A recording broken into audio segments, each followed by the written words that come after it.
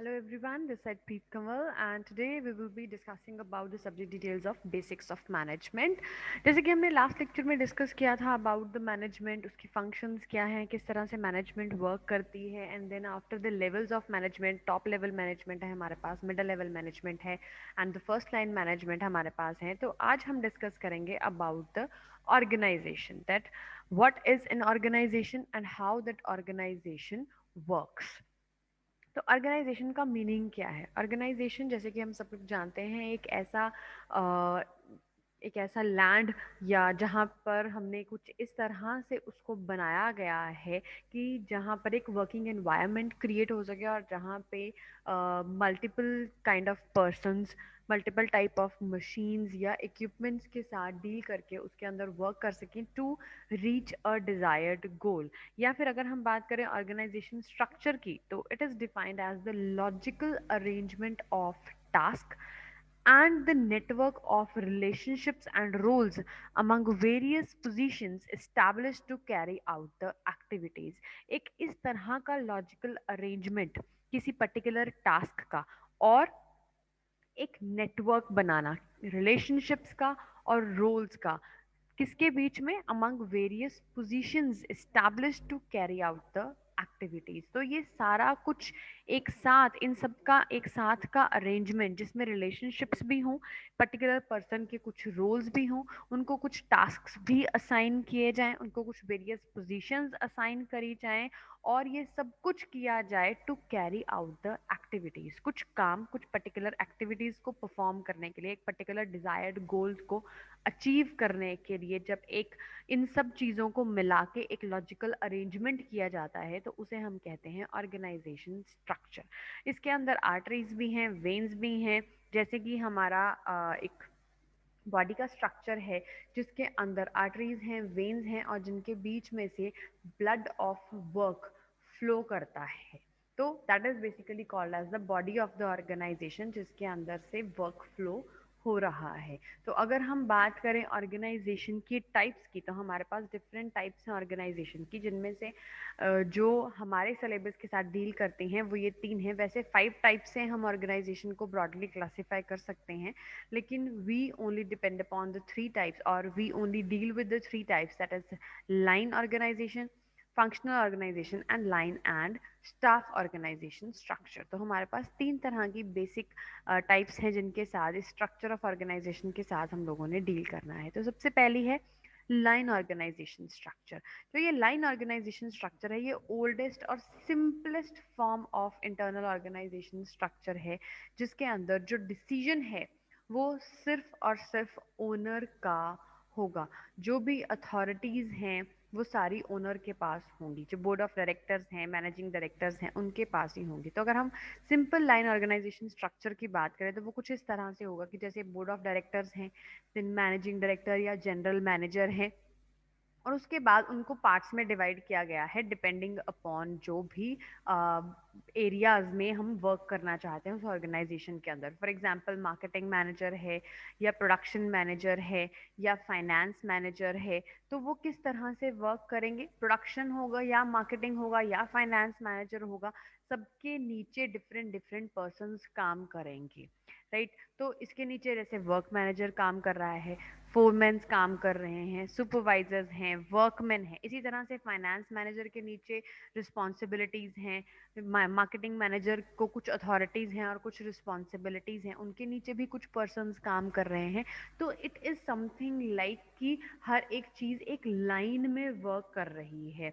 जो workman basic काम करेंगे वो उनको सुपरवाइज करेगा सुपरवाइजर, फिर वो जो है वो फोरमैन को उसकी नोटिफिकेशन देगा कि हाँ ये काम जो है वो हो चुका है, ये काम रहता है. जो फोरमैन है वो वर्क्स मैनेजर के साथ वर्क करेंगे और उन्हें बताएंगे कि हाँ जी ये काम आपका हो चुका है और ये काम रहता है. फिर वर्क मैनेजर प्रोडक्शन डिपार्टमेंट में जाके उस चीज़ के बारे में इंफॉर्मेशन देगा कि ये चीज़ प्रोड्यूस हो चुकी है, इतना टाइम और लगेगा, इतने में ये हो जाएगी, ये नहीं हो जाएगी, या डिपेंडिंग अपॉन दैट. दिन अगर मार्केटिंग मैनेजर की बात करें तो मार्केटिंग मैनेजर के नीचे उसके भी सुपरवाइजर्स होंगे जो मार्केटिंग के साथ डील करेंगे। देन आफ्टर उसके नीचे कुछ सेल्स पर्सन्स होंगे जो कि डोर टू डोर सेल्स कर सकते हैं या वो सेल्स को रिकॉग्नाइज कर सकते हैं, कितनी सेल्स हो गई कितनी नहीं हुई, उनका इंफॉर्मेशन जो है वो मार्केटिंग मैनेजर को प्रोवाइड करना। तो एक लाइन में, ऐसे ही फाइनेंस के लिए, तो एक लाइन में सारा काम जो है वो परफॉर्मेंस होगी। पहले जो सबसे लोअर लेवल वाले पर्सन हैं वो सारा एक्शन का काम करेंगे, उसके ऊपर वाले पर्सन उसकी सुपरविजन का काम करेंगे, उसके ऊपर वाले पर्सन जो हैं वो उसको टारगेट प्रोवाइड करने का काम करेंगे, देन आफ्टर उसके ऊपर। तो इस तरह से एक लाइन में वो सारा काम हो रहा है और ये सारे आपस में they are not connected to each other. तो इस तरह से जब कोई भी ऑर्गेनाइजेशन जो है वो वर्क करती है जहाँ पे हर एक डिपार्टमेंट को अलग अलग वर्किंग जो क्राइटेरिया है उसको प्रोवाइड किया जाता है और अलग अलग उनको वर्किंग के लिए जो पर्सन्स हैं वो दे दिए जाते हैं, अलॉट कर दिए जाते हैं, तो वो एक दूसरे के साथ काम नहीं करते हैं, they work in their line only. तो जो सेल्स पर्सन है उसने सिर्फ अपने जो सुपरवाइजर है उसके साथ ही डील करना है, उसी को सारी इन्फॉर्मेशन देनी है। जो सेल्स सुपरवाइजर है उसने मार्केटिंग मैनेजर को के साथ ही डील करना है और उसी को सारी इन्फॉर्मेशन देनी है, they are not related to the production department. तो production department is not related to the finance department is not related to the marketing department, so they are not interrelated to each other. They work under a same category, same managing director, same general manager के नीचे वो काम कर रहे हैं, लेकिन उनका आपस में कोई भी लिंक नहीं है। किसी भी डिपार्टमेंट का किसी दूसरे डिपार्टमेंट के साथ के लोगों के काम में कोई भी इंटरफेरेंस आपस में नहीं है। So this is called the line organisation structure. तो इसके अगर एडवांटेजेस की बात करें तो इसकी सिंप्लिसिटी, इसका डिसिप्लिन, इसका जो इकोनॉमिकल होती है, ये attraction to the talented persons है, क्विक कम्युनिकेशन है, हाई एफिशिएंसी है, फ्लेक्सिबिलिटी है। तो these are the advantages of line organisation structure कि ये सिंपली वर्क कर सकते हैं और जैसे एक ही कोर पर्सन है जो सबको डील कर रहा है, अपनी लाइन में वर्क कर रहा है, तो डिसिप्लिन रहेगा काम। और इकोनॉमिकल है क्योंकि किसी को किसी और का काम नहीं देखना है, उसको अपनी लाइन में वर्क करना है। देन टैलेंटेड पर्सन्स जो हैं वो वहाँ पे अट्रैक्ट होते हैं क्योंकि उन्हें जिस पर्सन की जितनी कैपेबिलिटी है या उसके अंदर जितना टैलेंट है वो उसको कंप्लीट 100% अपना जो है वो उस पर्टिकुलर काम के लिए दे सकता है। देन क्विक कम्युनिकेशन है बिकॉज बीच में कोई गैप नहीं है, बीच में कोई और रूट नहीं है, तो हमने डायरेक्टली जिस जिस पर्सन को रिपोर्ट करना है वो हमारे साथ इन लाइन कनेक्टेड है। बट डिसएडवांटेजेस भी हैं, sometimes there is a heavy burden on the line executives. जो प्रोडक्शन मैनेजर्स या मार्केटिंग मैनेजर्स हैं उन्होंने पूरी की पूरी अपनी टीम को अकेले ही खुद ही संभालना है, तो उनके ऊपर कई बार काफ़ी बर्डन हो सकता है। Then sometimes there can be a non availability of the services of experts, experts नहीं मिल पाते हैं क्योंकि हमारा किसी और डिपार्टमेंट के साथ या किसी और पर्सन के साथ कोई लिंक नहीं है, हम अपनी ही लाइन में वर्क करते हैं। अगर कोई डिफिकल्टीज आती हैं, कोई प्रॉब्लम्स आती हैं, तो we do not have some experts to take advice of. Then too much dependence on limited executives, तो जो एग्जेक्टिव्स हैं उनका नंबर भी लिमिटेड है, तो उनके ऊपर ही कंप्लीट डिपेंडेंस हो जाती है, तो उनका बर्डन जो है वो काफ़ी ज़्यादा बढ़ जाता है। और रिजिडिटी है कि फ्लेक्सिबल नहीं है कि अगर कोई पर्सन कहीं से यहाँ से कहीं और काम करना चाहता है तो वो नहीं कर सकता क्योंकि ऑर्गेनाइजेशन का स्ट्रक्चर ही ऐसा है कि he has to work there only. Then delays in the communication, limited freedom to employees, तो ये चीज़ कुछ डिसएडवांटेजेस हो सकती हैं लाइन ऑर्गेनाइजेशन स्ट्रक्चर की। तो इसलिए we shift out to functional organisation structure. तो फंक्शनल ऑर्गेनाइजेशन स्ट्रक्चर में थोड़ा सा कुछ डिफरेंट किया गया है कि जैसे उसमें कुछ स्पेशलिस्ट फॉरमेन्स बनाए गए हैं जो कि गाइड करेंगे, डायरेक्ट और कंट्रोल करेंगे वर्क को, और वर्कर्स जो हैं प्लांट लेवल के ऊपर वो सिर्फ इंस्ट्रक्शंस को फॉलो करेंगे जो भी उनको दी जाएंगी। राइट, तो यहाँ पे प्रोडक्शन मैनेजर है, असिस्टेंट प्रोडक्शन मैनेजर है फॉर एग्जांपल, तो उन्होंने कुछ क्लर्क्स बना दिए डिफरेंट डिफरेंट, जैसे टाइम एंड कॉस्ट क्लर्क बना दिया, instruction card, route clerk, then shop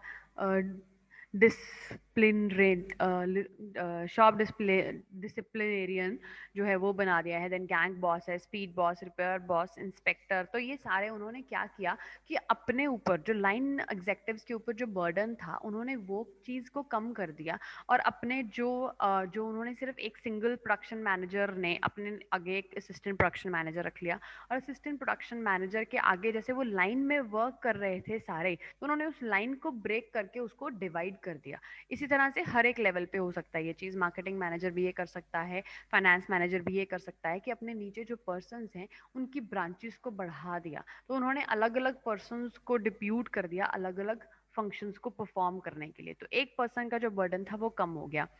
लेकिन अलोंग विद दैट अब ये जो वर्कर्स हैं उनके नीचे, for example worker A B और सी, तीन वर्कर्स काम कर रहे हैं, लेकिन ये सारे पर्सन्स उन्हीं वर्कर्स पे अपने काम के लिए डिपेंडेंट है। तो यू कैन सी हेयर कि फंक्शनल ऑर्गेनाइजेशन स्ट्रक्चर के अंदर क्या चीज़ हो रही है कि टाइम एंड कॉस्ट वाला भी वर्कर ए को काम दे रहा है, इंस्ट्रक्शन वाला भी दे रहा है, रूट वाला भी दे रहा है, शॉप, हर एक पर्सन, हर एक जो बॉस बनाया गया है उनके पास काम करने के लिए यही थ्री पर्सन्स हैं, या डिपेंडिंग अपॉन द ऑर्गेनाइजेशन की कितनी बड़ी ऑर्गेनाइजेशन है उसके अकॉर्डिंगली ये नंबर ऑफ वर्कर्स जो है वो बढ़ सकते हैं। लेकिन हर एक वर्कर जो है उसको हर एक बॉस की बात जो है उसको सुननी पड़ेगी और उसको माननी पड़ेगी, जो भी काम उसके बॉस ने उसको दे दिया वो उसको करना पड़ेगा, राइट। तो ये इसके भी कुछ एडवांटेजेस हैं कि फैसिलिटेट हो जाती है स्पेशलाइजेशन में, सभी क्लर्क्स को स्पेशलाइजेशन मिल जाती हैं, थोड़ी लार्ज स्केल ऑपरेशन में बेनिफिट्स हो जाते हैं, अफेक्टिव कोऑर्डिनेशन हो जाती है,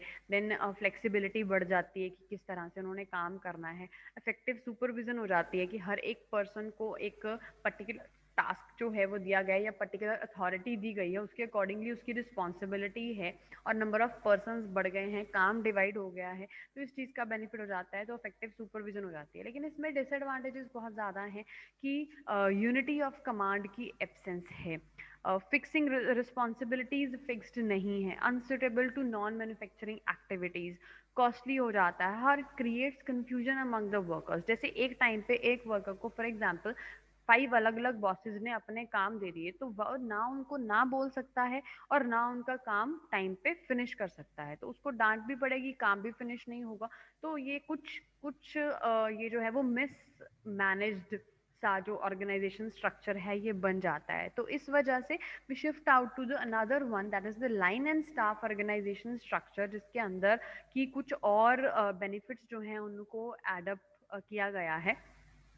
फंक्शनल और staff organisation one and the same thing हम लेके चलते हैं इसको। तो लाइन एंड स्टाफ ऑर्गेनाइजेशन में लाइन एग्जेक्टिव्स और स्टाफ स्पेशलिस्ट जो हैं उनको कंबाइन कर दिया गया है। तो लाइन एग्जेक्टिव्स में क्या थे, डूअर्स थे, जो काम करने वाले, डूअर पर्सन्स जो हैं, जो डू करते हैं, जो काम करते हैं, एक्टिविटीज वाले। Whereas the staff refers to the experts and the thinkers. तो वो एडजस्टिंग चार्ट जो है, ये वाला जो चार्ट है, ये क्या बता रहा है, लाइन और स्टाफ ऑर्गेनाइजेशन को कंबाइन कर दिया स्ट्रक्चर को। तो अब यहाँ पे क्या किया, चीफ एग्जीक्यूटिव ऑफिसर है, उसने एक इकोनॉमिस्ट रख लिया और एक लीगल एडवाइजर रख लिया। अब ये सारे आपस में कनेक्टेड हैं, इन्होंने marketing manager, production manager, finance manager के साथ वर्क कर लिया। अब ये सारों के पास क्या चीज़ है, इन सब, ये सारे एक्सपर्ट्स हैं, ये सारे गुड स्टाफ्स हैं, और उन्होंने आगे फोरमैन्स रखे और फोरमैन्स को वर्कर्स दिए काम करने के लिए। तो अब ये जो पर्सन हैं, चाहे वो मार्केटिंग मैनेजर, चाहे वो प्रोडक्शन मैनेजर, चाहे वो फाइनेंस मैनेजर है, वो फोरमैन्स को काम देंगे, राइट, अपने अपने फोरमैन्स को काम देंगे और फोरमैन्स अपने अपने वर्कर्स से काम करवाएंगे। तो मीन्स कि हमारे जो एक्सपर्ट्स हैं वो भी सारे अलग अलग तरीके से, मीन सारे अलग अलग एक्सपर्ट्स हो गए अपनी अपनी फील्ड में, और उनको काम करने के लिए भी अलग अलग फोरमैन्स और वर्कर्स जो है उनको प्रोवाइड कर दिए गए। तो उसका क्या बेनिफिट हुआ कि हर एक्सपर्ट को किसी दूसरे के पास जाने की ज़रूरत नहीं पड़ेगी। तो उनका काम भी, जो हैवी बर्डन था मैनेजर लेवल के ऊपर, इस लेवल के ऊपर जो हैवी बर्डन था वो भी रिड्यूस हो जाएगा, एंड अलोंग विद दैट आगे का जो काम है वो भी सिंपल हो जाएगा, और वर्कर के ऊपर भी जो ज़्यादा, जो डूअर्स हैं उनके ऊपर भी ज़्यादा बर्डन नहीं आएगा। जैसे advantages, less burden on the executives, service of experts available हैं, कोई भी किसी के भी साथ कभी भी किसी से भी कोई भी अगर कोई सलाह लेना चाहता है तो वो चीज़ कर सकता है।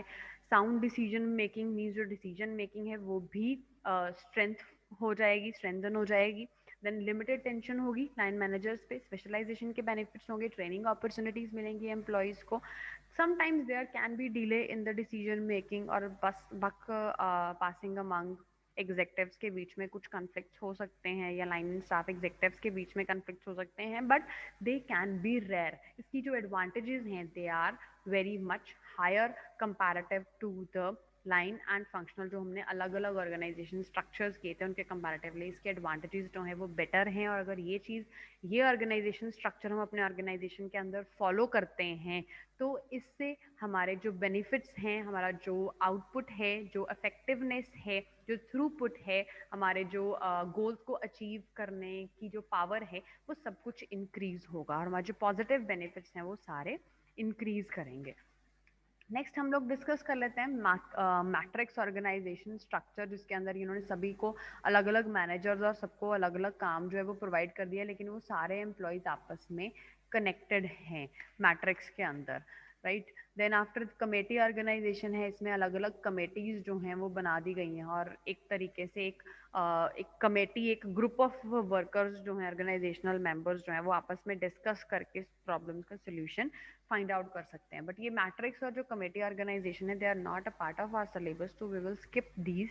We will focus only on line organisation, function organisation and line and staff organization, right? So this was all about today's lecture.